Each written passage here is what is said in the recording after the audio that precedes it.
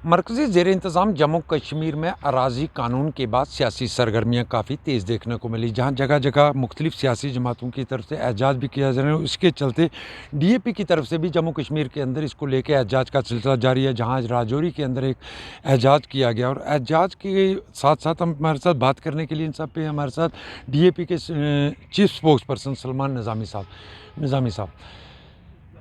इस अराज़ी कानून पे कुछ फ़ैसले अभी सरकार की तरफ से कोर्ट की तरफ से आए भी हैं, फिर भी उसके बाद भी एहजाज का सिलसिला देखिए, सबसे पहली बात ये है कि जब ये रोशनी स्कीम जो है बनी थी, गुलाम नबी आज़ाद साहब का ख्वाब था कि जम्मू कश्मीर का जो 70% 70% जो पॉपुलेशन है वो स्टेट लैंड पे डिपेंडेंट है। उसमें उस वक़्त आज़ाद साहब ये चाहते थे कि गरीब तबका जो इस पे डिपेंडेंट है, चाहे उसने घर बनाया है उस ज़मीन से, थोड़ी सी ज़मीन, चाहे 1 कनाल हो 2 कनाल हो, चाहे घर बनाया है, अनाज उगाया है, जो होली सोली उस पर डिपेंडेंट है, उनको ये ज़मीन अलॉट की जाए। और उसमें हम नहीं कहते कि कुछ लोगों ने इलीगली जो है ज़मीन हड़पी भी होगी, 100 कनाल 200 कनाल, उनके खिलाफ़ कार्रवाई करिए, लेकिन ये ऑर्डर जो है इस कड़ी ठंड में, इस बर्फ़ में, इस मौसम में, आज यहाँ देख रहे हैं बारिश का मौसम है, हम सड़कों पे इसलिए उतरे हैं कि वो लोग कहाँ जाएंगे जो डिपेंडेंट ही इसी ज़मीन पे हैं। आप एक्सक्लूड करिए उनको, आप एक वाइट पेपर निकालिए, आपने ऑर्डर निकाला और वर्बली बोला गवर्नर साहब ने, लेकिन बीजेपी पे हम पे भरोसा नहीं है। उन्होंने तो पहले भी कहा था कि 15 लाख मिलेंगे, तो वो कहाँ मिले। तो इसलिए हम चाहते हैं कि एक नया ऑर्डर बने, उसमें कहें कि जो गरीब तबका है उनको हम इससे बाहर रखते हैं। ठीक है, उस वक्त के कोई डिप्टी कमिश्नर हो, पटवारी हो या कोई नेता हो, नेता तो उसमें सबसे बड़े जो हैं भाजपा के ही कविंदर गुप्ता जी थे, उनका ही नाम सामने आया था, तो पहला डोज़र उन पे लगाना चाहिए।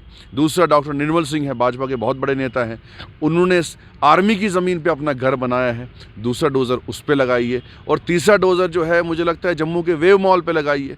तो बड़े बड़े महलों पे कार्रवाई करिए जिन्होंने ज़मीन हड़पी है, लेकिन गरीब लोगों को इससे बाहर रखिए, क्योंकि हमारी 70% ज़मीन जो है वो गरीब तबका जो है उस पे ज़्यादा डिपेंडेंट है। इसलिए हमने प्रोटेस्ट किए, हर डिस्ट्रिक्ट में हम प्रोटेस्ट कर रहे हैं और हम लोगों के साथ हैं, शाना बशाना उनको यही पैगाम देते हैं कि गुलाम नबी आज़ाद साहब उनके साथ हैं, वो अपने आप को अकेला ना समझें। हम ये लड़ाई लड़ते रहेंगे जब तक ये ऑर्डर वापस नहीं होता है।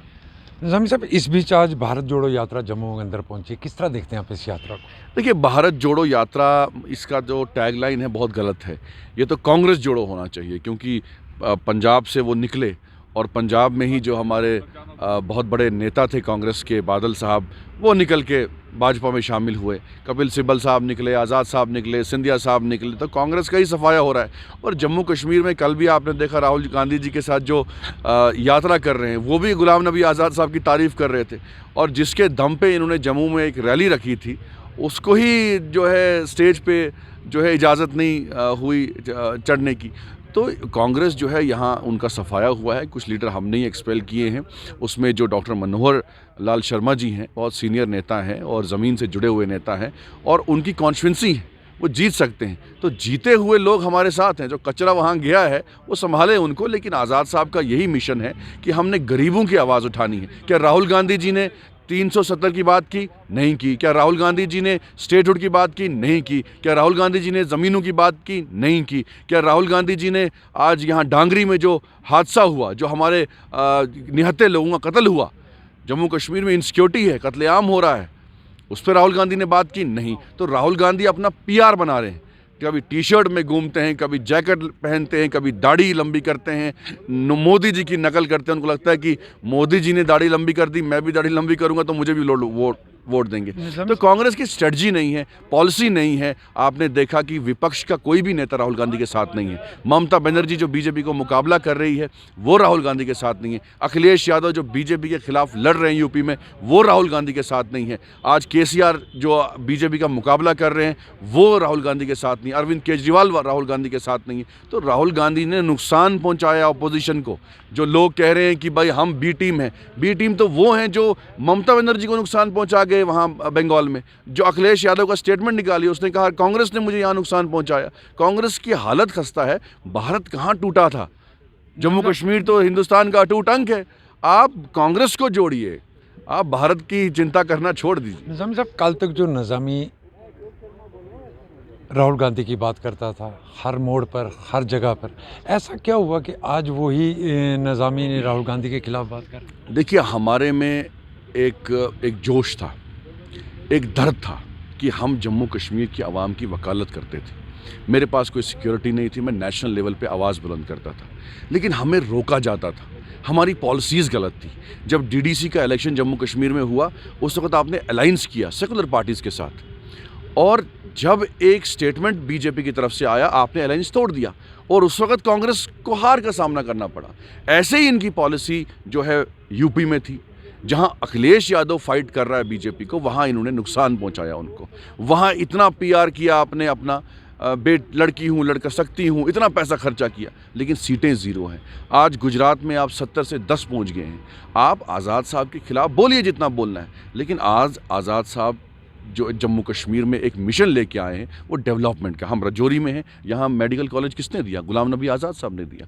हमने डिस्ट्रिक्टें बनाई, हमने तहसीलें बनाई। आज आज़ाद साहब 370 के बाद कौन सा लीडर ऐसा था जम्मू कश्मीर का जिसने हिंदुस्तान में वकालत की जम्मू कश्मीर की आवाम की? आज कौन जम्मू कश्मीर की आवाज़ मुझे बताइए उठा रहा है पार्लियामेंट में? आज जैसे जम्मू कश्मीर पार्लियामेंट में कोई नुमाइंदगी नहीं है। जैसे आज़ाद साहब निकल गए, उनका टर्म ख़त्म हो गया, आज कौन वकालत कर रहा है जम्मू कश्मीर? इसलिए आज़ाद साहब तंग आ गए थे, हम भी तंग आ गए थे। इनकी स्ट्रेटजी नहीं है, इनकी प्लानिंग नहीं है, ये एक्सपेरिमेंट पे एक्सपेरिमेंट कर रहे हैं राहुल गांधी पे, वो फेल पे फेल हो रहा है। लेकिन आप जितना भी पैसा खर्चिए, कितना भी उसको जो है ठीक करने की कोशिश करें, वो एक फेल्ड पॉलिटिशियन है।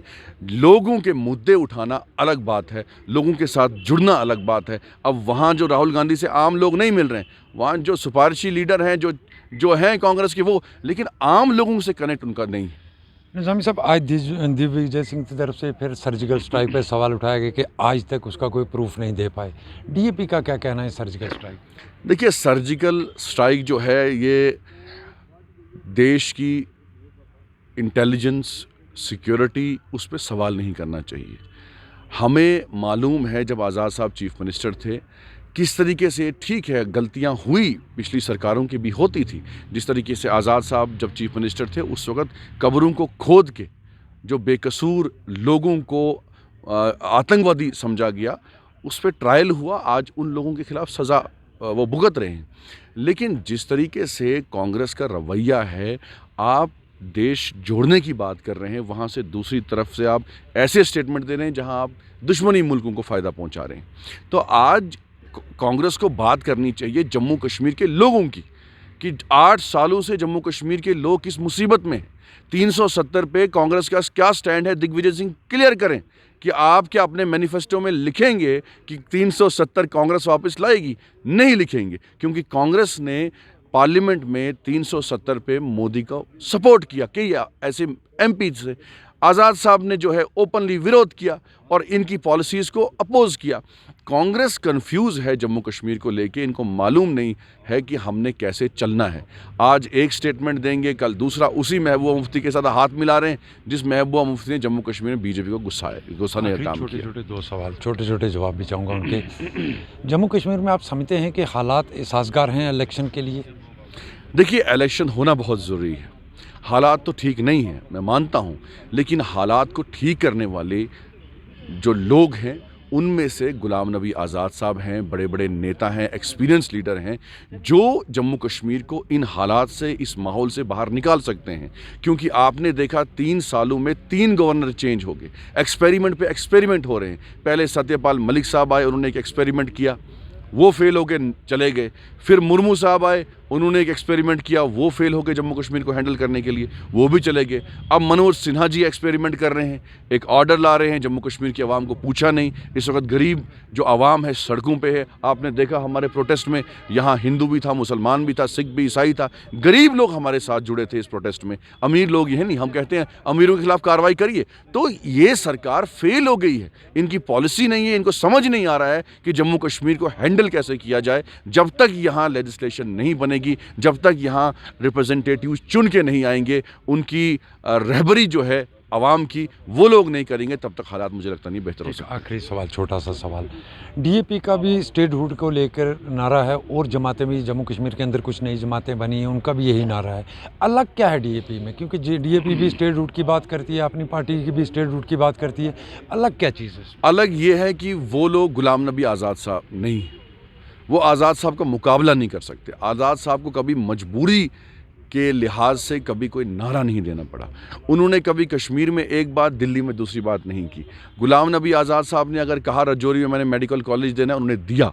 अगर उन्होंने कहा मैंने 10 डिस्ट्रिक्टें देनी थी, उन्होंने दी। उन्होंने कहा मुझे 1 लाख नौकरी लगानी है, उन्होंने दी। इनकी तरह उन्होंने ख्वाब नहीं दिखाए। इन्होंने कश्मीर की आवाम को का सौदा नहीं किया आज़ाद साहब ने। आज़ाद साहब की एक क्लियर पॉलिटिक्स है। वो कहते हैं कि गरीबों के साथ जुल्म करना ख़त्म करो, आप इनको रोज़गार करो। हम एक मिशन लेके आए हैं जो शायद कांग्रेस की स्ट्रेटजी नहीं थी।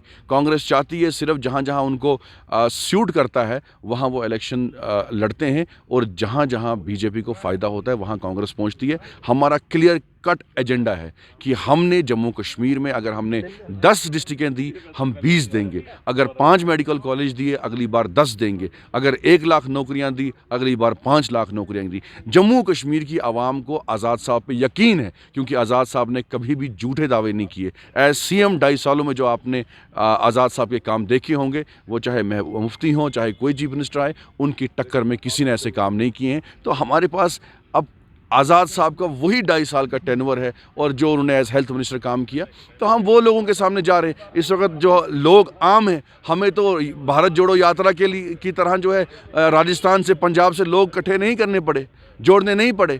हम तो यहाँ लोगों के साथ हैं, ज़मीन पे जुड़े हुए हैं। राजौरी, पुंछ, हम कल पुंछ जा रहे हैं, चिनाब वैली हम गए परसों, सांबा, कठुआ, कश्मीर। हम तो ज़मीन पे लड़ रहे हैं, ज़मीन पे लोगों का साथ दे रहे हैं। हम लोगों को बाहर के स्टेटों से जमा नहीं कर रहे हैं कि भाई हमने कोई पीआर दिखाना है। हम लोगों की इस लड़ाई में उनके साथ हैं, और आज़ाद साहब यही पैगाम देना चाहते हैं उन लोगों को जिनके साथ जुल्म हुआ है कि आप अपने आप को अकेला नहीं समझिए। आज़ाद साहब उनके साथ है, पूरी तंजीम उनके साथ है। जब तक ये ज़मीन का ऑर्डर जो है वापस नहीं होता, हम लड़ाई लड़ते रहेंगे जब तक ये ऑर्डर वापस नहीं होता। Thank you sir. ये थे हमारे साथ डीएपी के चीफ स्पोक्स पर्सन, जिन्होंने कांग्रेस पर कई निशाने भी साधे हैं, और उसके साथ साथ उन्होंने जम्मू कश्मीर के हालात पर भी बात करते हुए कहा कि हालात साजगार नहीं है, मगर इलेक्शन फिर भी होना ज़रूरी है, क्योंकि चुनी हुई सरकार ही लोगों के मसाइल का हल होती है। राहुल सूदन के साथ जमशेद मलिक, गुलिस्तान न्यूज़, राजौरी।